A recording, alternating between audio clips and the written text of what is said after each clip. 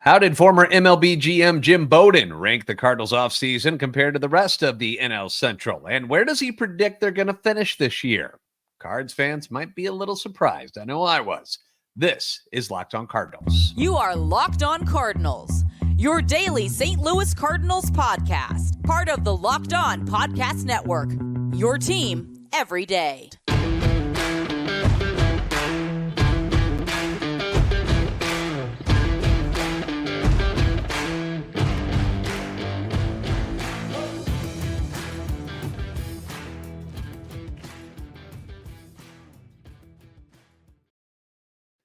Hey there, Cardinals fans. I'm JD Hafford, and I'm a national radio sports anchor, born and raised in the Lou, and a lifetime Cardinals fan. And I'm your host for Locked On Cardinals, part of the Locked On Podcast Network, covering your team every day. You can follow me on Twitter, X, at JD Sports Radio, and the podcast at LO_Cardinals.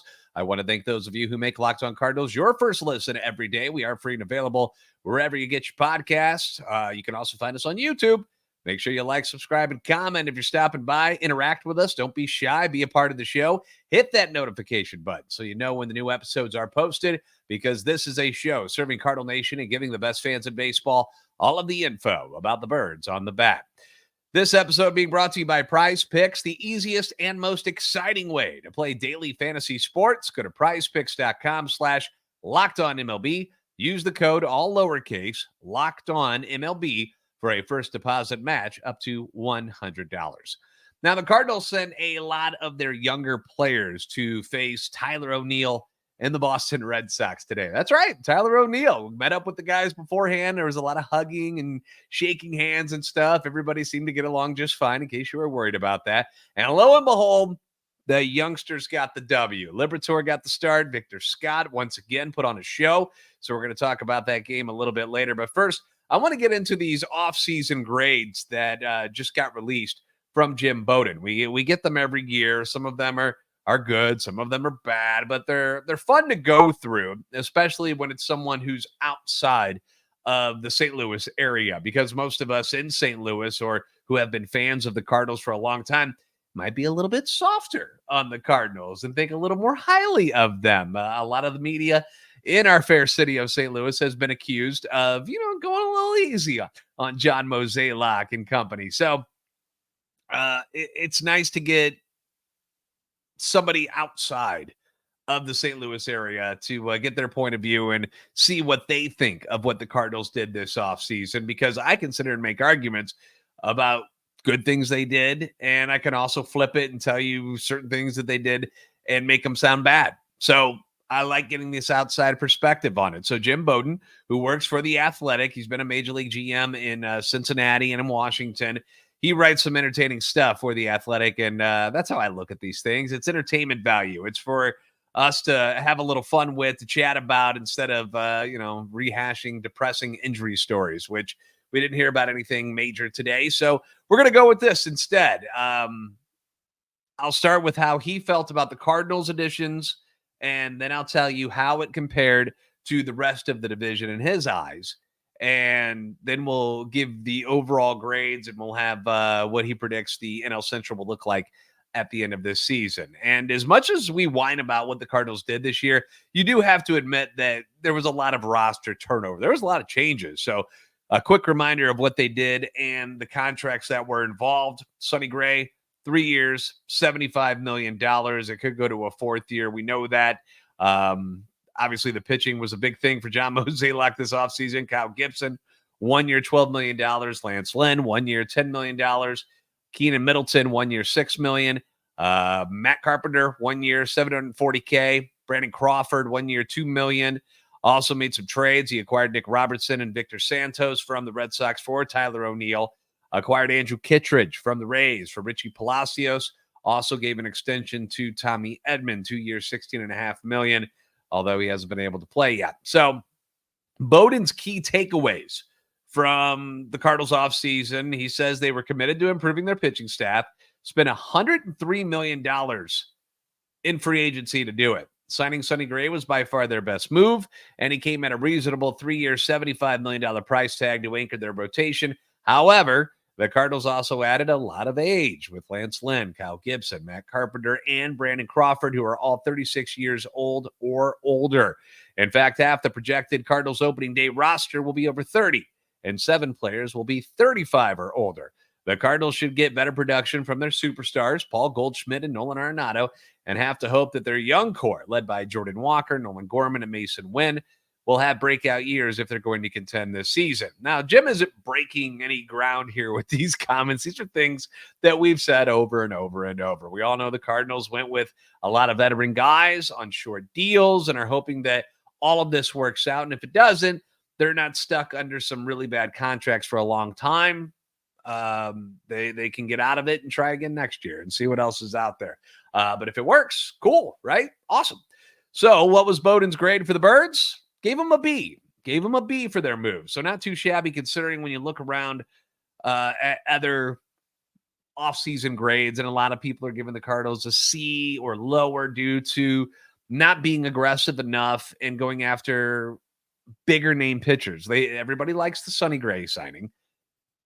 But after that, they're like, why not Blake Snell? Why not Jordan Montgomery? And you can't really blame people for feeling that way because I feel that way too. I mean, especially in a division which is just there for the taking, you know? I mean, there's not like one team that's way better than the other one in this division. It's not like that at all. And if one pitcher could put you over the top and make you that team that's so much better, why don't you do it?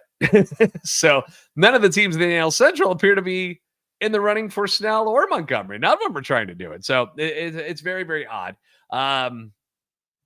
Because that could be the one piece that puts you over. But anyway, the biggest question for Jim Bowden for them, will the starters behind Sonny Gray in the rotation perform well enough for the Cardinals to win more games than they lose? So that's what he has to say about the Cardinals. Now, up next, I'm going to give you what Bowden felt about the rest of the division, okay? Because he breaks them all down. He did the whole league, but we're going to focus on the NL Central today, and I'll let you know how he thinks everyone will finish. Plus, we'll talk about Victor Scott II's big day today against the Red Sox. Man, is he a lot of fun to watch. So, we'll talk about all of this coming up on Locked On Cardinals. Say goodbye to busted brackets because FanDuel lets you bet on every game of the tournament, whether you're betting on a big upset or number one seed. Time to go dancing on America's number one sportsbook. Right now, new customers get $200 in bonus bets if your first $5 bet wins. That's $200 to use on point spreads or money lines. You can even pick who's going to win the whole shebang. It's up to you. Conference tournaments are underway. They got started today. Mizzou, who has had an awful season, 8-23 overall. They went winless in the SEC. They're the number 14 seed in the SEC tournament. They'll be playing 11 seed Georgia on Wednesday night. Currently, FanDuel's got Georgia favored by 3.5. You've got the money line at plus 138 for Mizzou. So if you bet on them and they win, not a bad chunk of change that you can make off them. It would be an upset. Mizzou hasn't been able to beat anybody in the SEC this year, but it's March. Things get crazy in March. So right now, new customers get $200 in bonus bets if your first $5 bet wins. So all you need to do now is visit FanDuel.com/lockedon and bet on college hoops until they cut down the nets.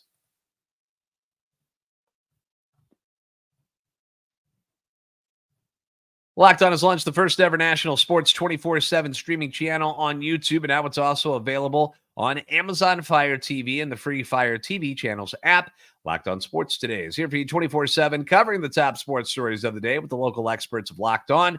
Plus, you've got our national shows covering every league. You can find Locked On Sports Today available on the free Fire TV channels app. And again, thank you for making Locked On Cardinals your first listen every day. I know this one's coming out a little bit later. I told you it's going to be crazy for a couple of weeks here with my other schedule for work and for, I'm moving and I've got things that are going on and the wife is on vacation in Arizona. So I'm getting them out as quick and as best as I can. We'll have one out a little bit earlier tomorrow, early afternoon tomorrow on Wednesday. So that hopefully will make some people happy. But you can leave your comments on YouTube as well as on Twitter, X, anytime you want. Feedback always welcome and encouraged. So back to the Jim Bowden NL Central offseason rankings. Here's how we rated the rest of the division's moves. We'll go with the Cincinnati Reds on this one. The Reds did a couple of moves, Frankie Montas being the big one, 1 year, $16 million. Jamer Candelario, Nick Martinez, Emilio Pagan, Brent Suter, Buck Farmer, Austin Wins. They also acquired cash from the Rangers in exchange for Danielle Duarte.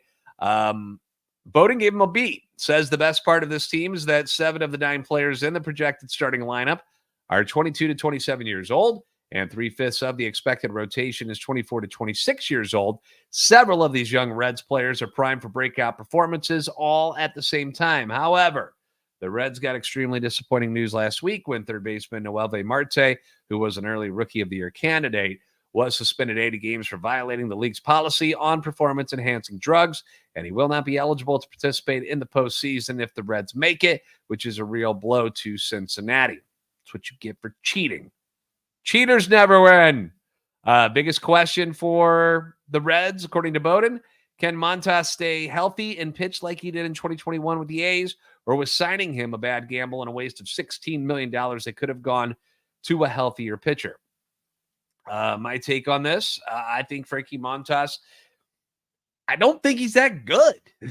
I don't think he's had a couple of okay seasons. There's just nothing that has really stood out about Frankie Montas to me. And I sure as hell am glad the Cardinals weren't the ones who ended up paying him $16 million or making a trade for him a couple years ago, like the Yankees did. He gave up a bunch of stuff and got pretty much nothing in return. Chicago Cubs. Grade from Jim Bowden on their offseason moves gives them a B. Free agent-wise, they signed Cody Bellinger to that 3-year, $80 million contract. Shota Imanaga, 4 years, $53, and Hector Neris in the bullpen at 1 year, $9 million. They also acquired Michael Busch, which I think is an underrated move, by the way. Busch was a big-time prospect with the Dodgers. Never really made it click at the major league level, but he's somebody to keep an eye on this year. So they made a trade for him, and they also acquired cash from the Phillies for Michael Rucker. The big move, other than Cody Bellinger, Craig Counsell is their new manager. Stole him from the Brewers. So here's the takeaway from Jim Bowden. The Cubs hired one of the game's best managers in Craig Counsell and made him the highest paid skipper in the sport. It took a while, but they finally re-signed the NL Comeback Player of the Year winner in Cody Bellinger to a 3-year deal that has opt-outs after each season, which means they won't get stuck with a bad contract, and Bellinger will have to keep performing at a high level to land a longer-term deal. He says their biggest question is who will play on the infield corners, and will the Cubs get enough production from those particular positions? I know for a while I thought it was going to be Rhys Hoskins was going to play first for them, but that ended up happening, and he ended up going to this next team we're going to talk about, and that is the Milwaukee Brewers. There's a little picture of Rhys Hoskins in a Brewers uniform. Bowden gave them a C+ for their offseason moves. Brandon Woodruff, who we all thought was going to, go to free agency and sign with somebody, and he just ended up coming back to Milwaukee. 2 years, 17.5. Rhys Hoskins got 2 years and $34 million coming over from the Phillies. They brought back Wade Miley, Jacob Junis, Gary Sanchez, and Joe Ross. They made a number of trades. The big one, Corbin Burns going to the Orioles for a bunch of dudes, including DL Hall and Joey Ortiz. Acquired Blake Holub. I don't know who that is. For Mark Canha. Acquired Jake Bowers from the Yankees. Got Taylor Clark from the Royals. Coleman Crowe from the Mets. So they were wheeling and dealing this offseason. Brian Hudson got him from the Dodgers as well. Signed their star prospect, Jackson Chourio, 8 years, $82 million. And Colin Ray, 1 year, $4.5. Pat Murphy is now their manager. Bowden says the biggest question for the Brewers, can they win the division and or make the playoffs without Burns and possibly Woodruff, who may not return this season? That's his big question. Next on the list, the Pittsburgh Pirates. Gave them a C+. Free agent acquisitions, they went old too. Just kind of like the Cardinals, but they got Aroldis Chapman, Martin Perez, Andrew McCutcheon's back, Rowdy Tellez, Yasmani Grandal, Josh Fleming. They also acquired Marco Gonzalez from the Braves, Billy McKinney from the Yankees, Edward Olivares from the Royals. So, and then they signed, the big deal was the extension for Mitch Keller, their ace, 5 years, $77 million. Biggest question, he says, about the Pirates, can the starting pitching behind Keller keep them competitive and within striking distance in the NL Central? So that's what he's got to say. So C+ for the Pirates, for the Brewers. and then Bs for the Cubs, for the Reds, and for the Cardinals. So here's how he's got things shaking out. This is his prediction for the division. First place, Cincinnati Reds. Second place, the Chicago Cubs, who he also says will grab that third NL wildcard spot. Third place, the Milwaukee Brewers. Fourth, your St. Louis Cardinals. And in fifth place, the Pittsburgh Pirates. Not exactly what Cardinals fans want to hear, but a lot of fans will say, I agree with them, because they were not impressed with some of the moves that the Cardinals made. They thought they could do more, which I think they could have too. But it's kind of funny that he gives them a B grade for their offseason for all of these acquisitions and moves that they made, yet still has them finishing in fourth place. Interesting. I would have thought if they were a B, that they would have been at least third. And I think it's going to be a tight division. I think a lot of these guys, we were talking with some of the Locked On people today about, how many wins do you think it'll take to win this division? And a lot of us are like sitting at 85 going, 85 might get it done. It really could happen, but we all think that it's going to be a tight division. We're going to have an NL Central roundtable discussion we're going to put out on the Locked On Network coming up here real soon. But hopefully the team will use stuff like this, like Jim Bowden predicting them to be in fourth place, as fuel to prove people wrong in 2024. Today on the field in spring training, they did get the win against, once again, Tyler O'Neill and the Boston Red Sox. Weird to say, right? Victor Scott II, very impressive again. Plus, Matthew Liberatore got the start. We're going to get into all of it next on Locked On Cardinals. Fire TV is your destination for sports, from live games to highlights to in-depth analysis. Fire TV offers amazing viewing experiences with smart TVs, as well as the Fire TV stick that you can plug into your existing TV that provides access to millions of movies and TV episodes, as well as free and live TV. Now, whether it's opening weekend for baseball, which is coming up, not specifically for the Cardinals, but, the Dodgers and Padres are going to be playing over in, Korea? Isn't that where they're going? So that's coming up here real soon. And you've got, college basketball tournaments going. You're going to want to have a Fire TV, because Fire TV recently created the Fire TV channels to deliver a constant supply of the latest videos from your favorite sports brands, and they do it all for free. Free is good. That includes all of us at Locked On and most of the big pro leagues and college conferences as well. Fire TV channels let you dive into all of the game analysis, the highlights, and more to keep you up to date on all the latest in the world of sports, whether it's March Madness, whether it's the NBA, Major League Baseball, NFL news. Obviously, had a lot of that going around with free agency opening up and a whole lot more, not to mention great news, entertainment, gaming, travel, cooking videos as well. So check out Fire TV channels on Fire TV and Alexa devices. If you haven't checked out Fire TV channels, you should do it. Learn more by visiting www.amazon.com/LockedOnFireTV. That's www.amazon.com/LockedOnFireTV.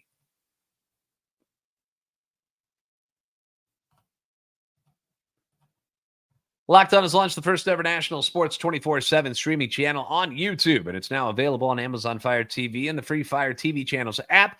Locked On Sports Today is here for you 24/7. If you're one of those guys or girls who has like the third shift or your first or second shift, wherever you are, whenever you're awake, we're available for you 24/7, covering the top sports stories of the day with the local experts of Locked On, plus our national shows covering every league. You can find Locked On Sports Today now available on the free Fire TV channels app. So let's talk about some stuff that's going on the field today. The Cardinals sent, and I don't want to call them the B squad, because that makes it sound like they're just, they're like the guys that aren't going to get any play time, because that's not true. They're not really the B squad. They're not the veterans, though. Let's put it that way. They're the youthful side of this Cardinals organization. They went to Fort Myers to play Boston today. You had Victor Scott II leading off and in center field. Mason Wynn batting second at shortstop. Alec Burleson was in the 3-hole in left field. Jordan Walker batting cleanup in right. Ivan Herrera was DHing. Thomas Ajayce was at second. Alfonso Rivas at first. Jose Fermin was over at third, and Pedro Pages catching, and Matthew Liberatore on the mound. Like you had, Victor Scott could be in the show this year. Wynn's going to be there. Burleson, Walker, Herrera, Sajaci could be in there the way he's hitting. Liberatore probably going to be there for sure. These guys are all going to be a part of the roster at some point or another. I mean, due to injuries or whatever it may be, you're going to see a lot of these guys in the major leagues. So some big pieces of not only the present youth of the team, but also the future of this organization playing against Boston today. And offensively, your standout was once again, no surprise here, having a hell of a spring, Victor Scott II. Bat and leadoff, as I mentioned, went 3 for 3 with a hit by pitch. So he's on base 4 times, 4 at bats, 4 times he's on base. Stole his 4th base of the year. 2 runs scored. In yesterday's episode, I gave you all the reasons why Michael Ciani makes sense as the guy that the Cardinals are going to bring to opening day as their 4th outfielder if Newt and Edman are both starting the season on the injured list. I explained all of that to you in yesterday's episode. If you want to go back and you missed it, it tells you exactly why Michael Ciani is the guy that's going to be there on opening day and not Victor Scott. But Victor Scott is certainly making this a battle. This is a competition, and he's not going down without a fight. He's now batting .370 this spring with an OBP of .469, his OPS at .913. And those 4 stolen bases I mentioned are now second in the league of spring training. It's Cactus League and Grapefruit. 4 of them. The league leader's got 5. There's 2 guys. I think Lane Thomas is one of them with the Nationals, former Cardinal. But Victor Scott, he's doing everything he can to prove to the Cardinals that he doesn't need AAA and he should be up in the big leagues. But it's going to be tough for him. Alec Burleson also stayed hot today, going 2 for 3 with 2 RBIs, hit his first dinger of the spring. He's now hitting .407. .407 this spring, which would be the 4th highest average in the league, but it says he's not qualified yet for some reason. I don't know why, but that's what it says. Not sure what the qualifications are, but hitting .407, the OPS now at 1.040. It's getting it done, dude. He's showing everybody why he won a batting title at AAA over a year ago. And why everybody should just calm down a little bit with Newt out, that he can handle things with the bat. We're worried a little bit about his defense, but he can handle things with the bat. Ivan Herrera hit his first home run of the spring. He drove in too. Jordan Walker, although he had a mix-up with Victor Scott out in the outfield, Trevor Story hit one to the warning track, and it looked like Walker was under it, and then there was some communication with Victor, and then the ball fell. And it was a double, and it was not good. It was an ugly play. The defense still needs a lot of work, obviously, but had a couple more hits today, drove in 2, stole a base. He's got that average up to 267 after a very slow start, and has now driven in 6 this spring. Mason Wynn walks twice, scores twice. On the mound, it was Matthew Liberatore. And Matthew Liberatore, obviously in the competition with Zach Thompson for that number 5 spot in the rotation with Sonny Gray out. It's probably either one of them's going to be in the rotation or one of them's going to be a long reliever to start the season. That's probably what's going to happen. And Liberatore on the mound today, kind of a tough outing when you look at the numbers, okay? So we gave him 5 runs on 7 hits, including 2 home runs, struck out 5 in 4 innings of work. He didn't walk anybody, which is great. The ERA is now up to 6, but afterwards, he didn't seem all that upset about how things went. Said, I'm really happy with how everything came out today. I threw everything for strikes, threw everything in the dirt. I felt like I competed my butt off today. Just 2 pitches, really, that didn't go my way. He was touching 97 on the radar, mid-50 or mid-90s with the fastball throughout the day, through 71 pitches. I just, Zach Thompson's just having a better spring. Connor Thomas, the bullpen looked good again today. Connor Thomas throws another shutout inning, still hasn't allowed a run yet in spring training. Michael McGreevy, remember, Michael McGreevy got lit up in his first time out on the mound during spring. For that, and are all like, ooh, McGreevy, what's going on? Since then, he's been pretty good. He looked good again today. 3 shutout innings. He struck out 3, and the Birds picked up the 8-6 victory. So the youngsters getting it done on the road at Fort Myers today over the Boston Red Sox. Cardinals are back on the field tomorrow. They face the Minnesota Twins. Zach Thompson, I told you that competition between him and Matthew Liberatore, it's going to continue and continue. Will both of them make the team? Or will one of them get sent down? Right now, I got Zach Thompson in the lead. I just think he's pitched better. But I know they like Liberatore as a piece of that bullpen. So it wouldn't shock me if they both make it. And it would be telling of what they think of what Matthew Liberatore, at least what his role will be here in 2024 if they keep him and keep him in the bullpen as one of those, long relievers, but, one of the lefties out there. John King has not had a great spring. Jojo Romero has not had a great spring. So lefties have been coming up a little bit short for them. So maybe he does make it as the lefty in the bullpen. We'll find out. But Zach Thompson gets to start tomorrow. I do believe this game is supposed to be televised tomorrow. I know I keep getting a lot of questions about that each and every day on Twitter X. So I think tomorrow's is televised today. It was just audio from the Boston side too, which was listening to that. I had to hear about corned beef commercial, over and over. Just not great. I wish MLB would figure this out so that we could just let our dudes do it. Let both sides do it. These games should be televised. Let us watch this stuff. Anyway.